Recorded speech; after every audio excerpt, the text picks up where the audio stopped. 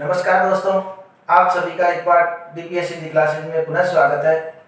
मैं दामोदर शर्मा हमेशा की तरह आपके समक्ष एक व्याकरण का बिंदु लेकर के पुनः आपके समक्ष हाजिर हूँ। हमारा जो विषय है जो चल रहा था वह चल रहा था वाक्य शुद्धि। वाक्य शुद्धि के अंतर्गत हमने पिछले वीडियो में वाक्य अशुद्धि के जो दो प्रकार थे, लिंग संबंधी और वचन संबंधी, इनका हमने विस्तार से अध्ययन किया। आज के इस वीडियो में हम जो वाक्य के जो अन्य प्रकार है, क्योंकि कुल प्रकार हमने बताए थे 8, उनमें से वचन संबंधी, लिंग संबंधी का हम अध्ययन कर चुके हैं। अन्य जो प्रकार है उनके बारे में आज हम जानकारी प्राप्त करेंगे।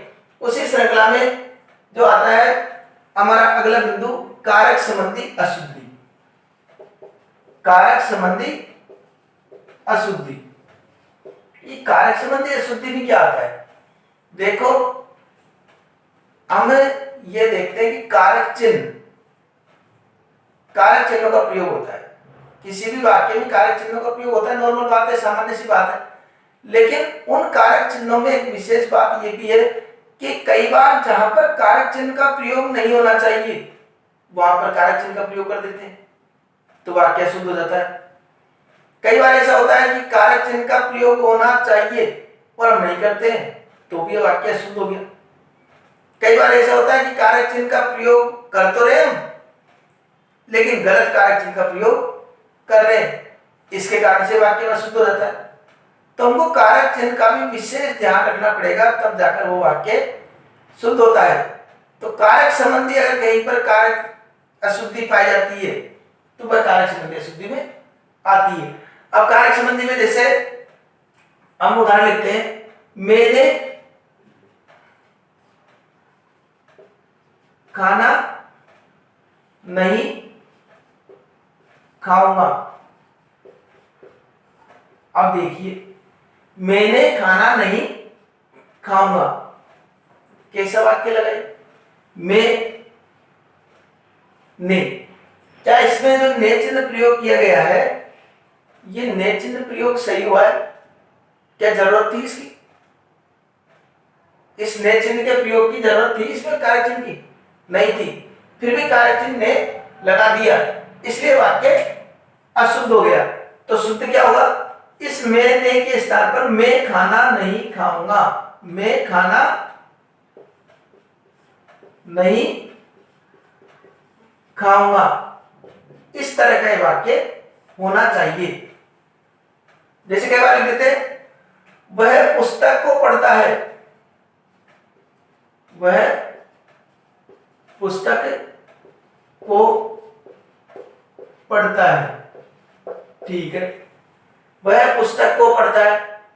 अगर कोचिन की आवश्यकता बिना कोचिन के वाक्य सही बैठ रहा है, फिर कोचिन हमने अनावश्यक रूप से लगा दिया, तो इस वाक्य को इस आधार पे हम अशुद्ध कहेंगे, क्योंकि जहां पर कारक चिन्ह की आवश्यकता नहीं है फिर भी हम कारक चिन्ह लगा रहे हैं, तो भी वाक्य अशुद्ध माना जाता है। तो शुद्ध क्या होगा?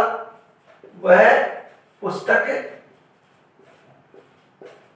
पढ़ता है, मतलब कारक चिन्ह नहीं आ रहा फिर भी हम कारक चिन्ह लगा रहे हैं, तो वो कारक संबंधी अशुद्धि में आ रहा है। ठीक है, अब देखो, ये कारक चिन्ह में हमने कि कारक चिन्ह आ रहा है और उसकी आवश्यकता नहीं है, फिर भी हम कारक चिन्ह लगा रहे हैं, उसका हमने सीधा उदाहरण देखा। यह इस दृष्टि से गलत माना जाता है। यहां पर भी इसी प्रकार की स्थिति हमने देखी। जैसे वह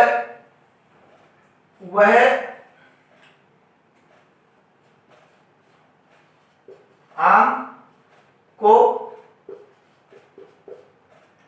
खा रहा है, यह भी क्या है? उसी प्रकार की बात हो गई। आम को खा रहा है, डायरेक्ट एकदम सीधे वह आम खा रहा है, इसको हम सीधे लिख सकते हैं आम को खाने की। आम को की क्या जरूरत है इसमें? को अगर चिन्ह लगा रहे हैं तो वाक्य को हम जानबूझकर गलत कर रहे हैं। परीक्षा में जैसे पूछते हैं हमसे, वह आम को खा रहा है, हमको लगता है कई बार तो एक दृष्टि से ऐसा लगता है वाक्य शुद्ध है, क्या शुद्धि करूं उसमें? ये वाक्य तो पहले से शुद्ध नजर आ रहा है, इसको क्या शुद्ध करूं? ऐसा सोच के भ्रमित होते रहते हैं। तो उस पर गौर करेंगे तो हमको दिख जाएगा कि कारक चिन्ह की आवश्यकता है या नहीं है? अब कारक चिन्ह की आवश्यकता ही नहीं है, फिर भी हम कारक चिन्ह लगा रहे हैं, तो ये भी एक गलत हो जाएगी।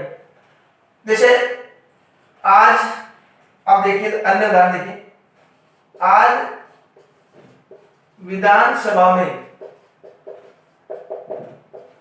महंगाई के ऊपर बहस होगी।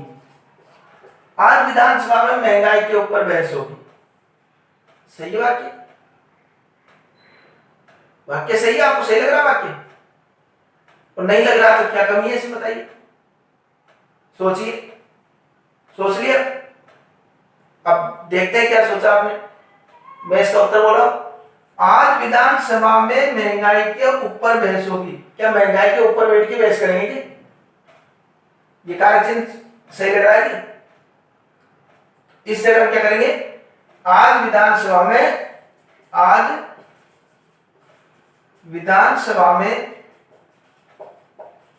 महंगाई पर बहस होगी। महंगाई पर बहस होगी, ऊपर नहीं पर। तो ये कौन सी है? कारक संबंधी अशुद्धि। एक बार इनका स्क्रीनशॉट ले लीजिए, ताकि अगले कुछ उदाहरण और देकर के मैं इसको समझाऊंगा।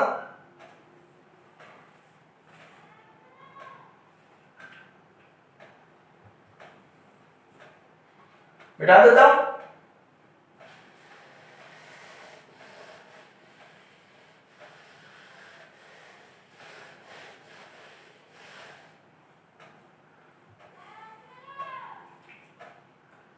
अब देखिए, सीता घर नहीं है। हम बोल देते नॉर्मल, हम कोई विशेष बात नहीं है, हम कई बार बोल देते हैं ऐसे कि वो कोई पूछता है कि वह है के घर पे, मोहन घर नहीं है। मोहन इस समय घर नहीं है। ये घर नहीं है क्या है? मोहन कोई घर होता है क्या? तो क्या होना चाहिए? सीता घर नहीं है, इसके स्थान पर क्या लिखेंगे हम? सीता घर पर नहीं है। यहां पर कारक चिन्ह की आवश्यकता थी, यहां पर कारक चिन्ह की आवश्यकता थी, लेकिन कारक चिन्ह नहीं लगाया, इस कारण वाक्य अशुद्ध हो गया। अब कई बार ऐसे हो गया कि उसने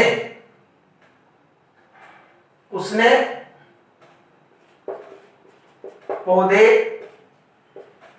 को समूल से नष्ट कर दिया। समूल से नष्ट कर दिया, वाक्य से लगा। समूल के स्थान पर क्या लिखेंगे हम? या से चिन्ह की आवश्यकता लग रही है क्या आपको? से चिन्ह की आवश्यकता लग रही है? नहीं लग रही। अगर वाक्य को से हटा के बोलते हैं तो क्या बनेगा? उसने पौधे को समूल नष्ट कर दिया। वाक्य से बैठ रहा, वो भी वही दे रहा है। उसने पौधे को समूल नष्ट कर दिया। उसने पौधे को समूल नष्ट कर दिया।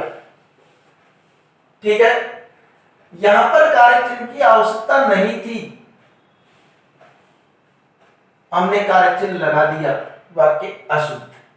यहां पर कारक चिन्ह की आवश्यकता थी और हमने कारक चिन्ह नहीं लगाया, वाक्य अशुद्ध।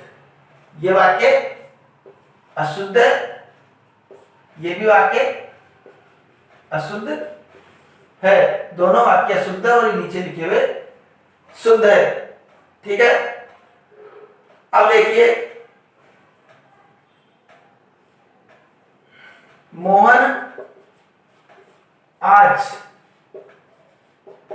ऑफिस से अनुपस्थित है। मोहन आज ऑफिस से अनुपस्थित है। इसमें क्या कारक चिन्ह लगाया भी है, लगना भी है कारक चिन्ह, लेकिन कारक चिन्ह गलत लगा दिया। कारक चिन्ह गलत लगा दिया। क्या होना चाहिए? मोहन आज ऑफिस में अनुपस्थित है। से के स्थान पर में कारक चिन्ह होना चाहिए,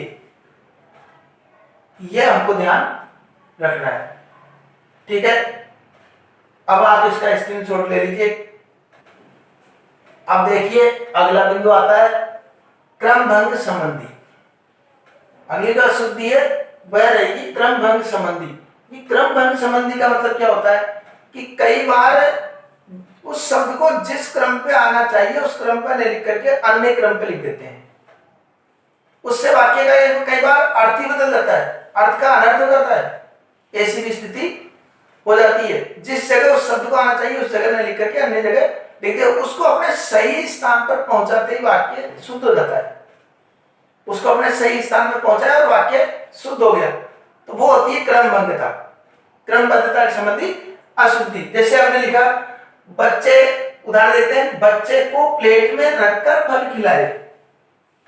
कुछ उदाहरण है हमारे समक्ष, इन पे गौर करिए आप। बच्चे को प्लेट में रखकर फल खिलाए, क्या वाक्य सही है? वाक्य सही लग रहा है? नहीं लग रहा कि बच्चे को प्लेट में रखा है या फल को प्लेट में रखा। हम जानेंगे फल को रखें, तो बच्चे को प्लेट में रखकर फल खिलाए, तो बच्चे को क्या लिखेंगे? बच्चे को फल प्लेट में रखकर खिलाए। इस फल को जो है हमें वापस इस जगह पर ले आए, वाक्य शुद्ध हो गया। बच्चे को फल प्लेट में रखकर खिलाए, वाक्य अपने आप में शुद्ध हो जाता है। बच्चे को फल प्लेट में रखकर खिलाए। ठीक है, क्या किया हमने? केवल ये फल जो शब्द है इसको इधर उठा के इधर रख दिया। मुझे एक देशभक्ति गीतों की पुस्तक चाहिए।